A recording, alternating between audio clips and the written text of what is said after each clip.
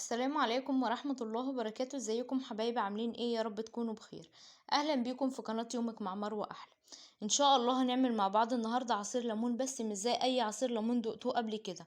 ما شاء الله طعمه كريمي جدا وطعمه لذيذ، ويعني صراحة عصير منعش جدا.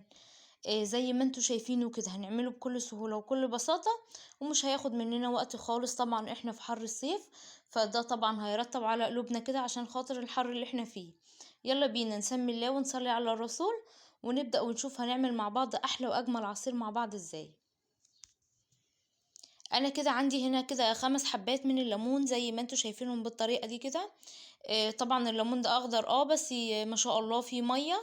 بعد كده بقى هشيل الجزء اللي هو اللي فوق واللي تحت زي ما انتوا شايفينه كده، اللي هو بيبقى عند الثمرة كده من فوق زي ما انتوا شايفينه بالطريقة دي.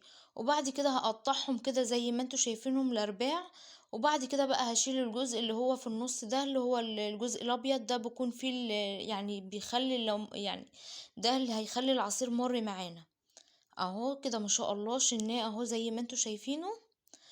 طبعا لما شيلته ما شاء الله الليمون ما مررش معايا ولا حاجة، ما شاء الله كان جميل جدا، ولكن كان فيه اي مرارة خالص.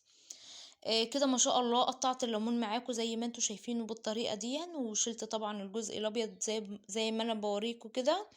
الجزء الابيض ده انا شلته خالص تماما كده من الليمون اهو بالطريقة دي.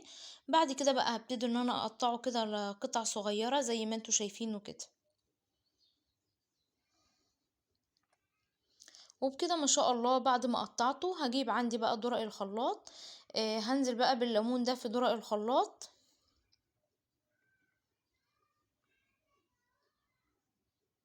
اهو زي ما انتوا شايفينه كده. بعد كده بقى هنزل عليه بشوية كده من ورق النعناع، طبعا عشان خاطر يخلي العصير منعش كده معانا ويبقى طعمه جميل جدا. بعد كده بقى هنزل عليهم بمية ساقعة متلجة زي ما انتوا شايفينهم بالطريقة دي. انا كده نزلت حوالي زي نص لتر كده من المية، وبعد كده بقى هضربهم في الخلاط ضربتين 3 بس. انا مش عايزة اضربه كتير عشان خاطر الليمون ما يمررش معايا. اهو كده ما شاء الله بعد ما ضربته كده معايا ضربتين 3 بس زي ما قلت لكم. وبعد كده بقى هنصفيه مع بعض كويس.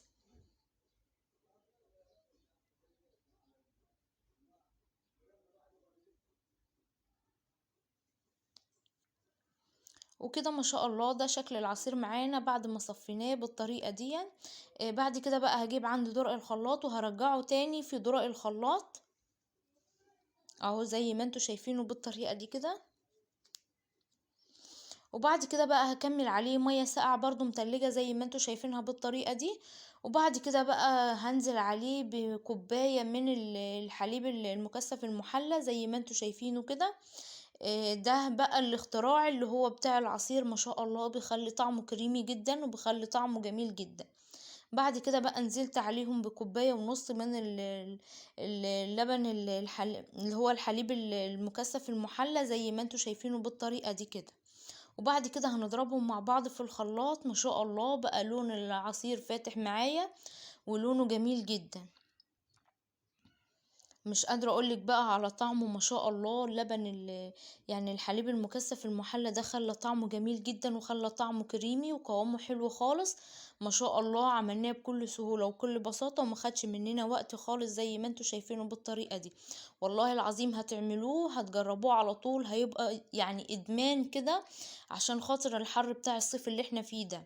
ما شاء الله زي ما انتوا شايفينه بالطريقة دي، والجمال ده تقدروا بقى تقدموه. تقدروا بقى تقدموه كده يعني وتحطوا فيه تلج، ما شاء الله هيشرفك قدام ضيوفك ما شاء الله زي ما انتوا شايفينه كده. عايزه اقولك لو اول مره بتشوفوا قناتي يا ريت تشتركوا في